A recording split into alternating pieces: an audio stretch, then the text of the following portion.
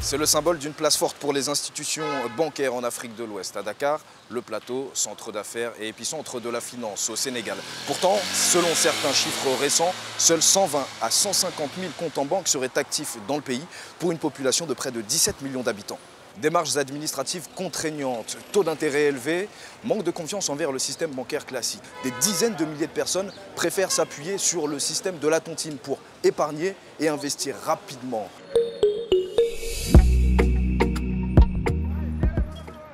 Dans ce grand centre urbain, la tontine n'est plus tout à fait ce qu'elle était. Pour éviter les arnaques, un nouveau type de tontine à l'ère du digital a déjà vu le jour.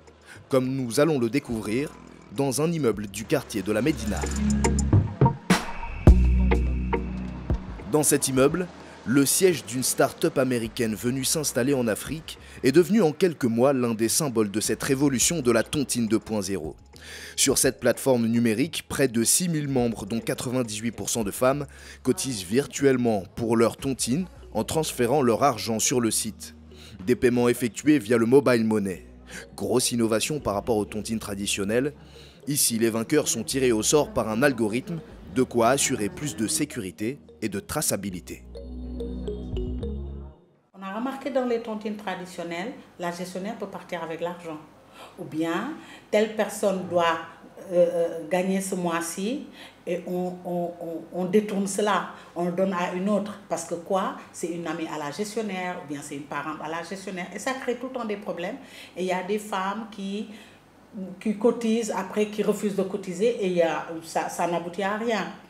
Alors, avec ma tontine, on a, et toute personne qui cotise, on a une traçabilité parce que lors de l'enrôlement, la personne est enrôlée avec son numéro de téléphone, son numéro de pièce d'identité et son adresse. Je me présente, je suis Madame Diaye de ma tontine. Je vais appeler les autres membres qui restent et qui n'ont pas encore cotisé pour leur rappeler la cotisation. Les cotisations,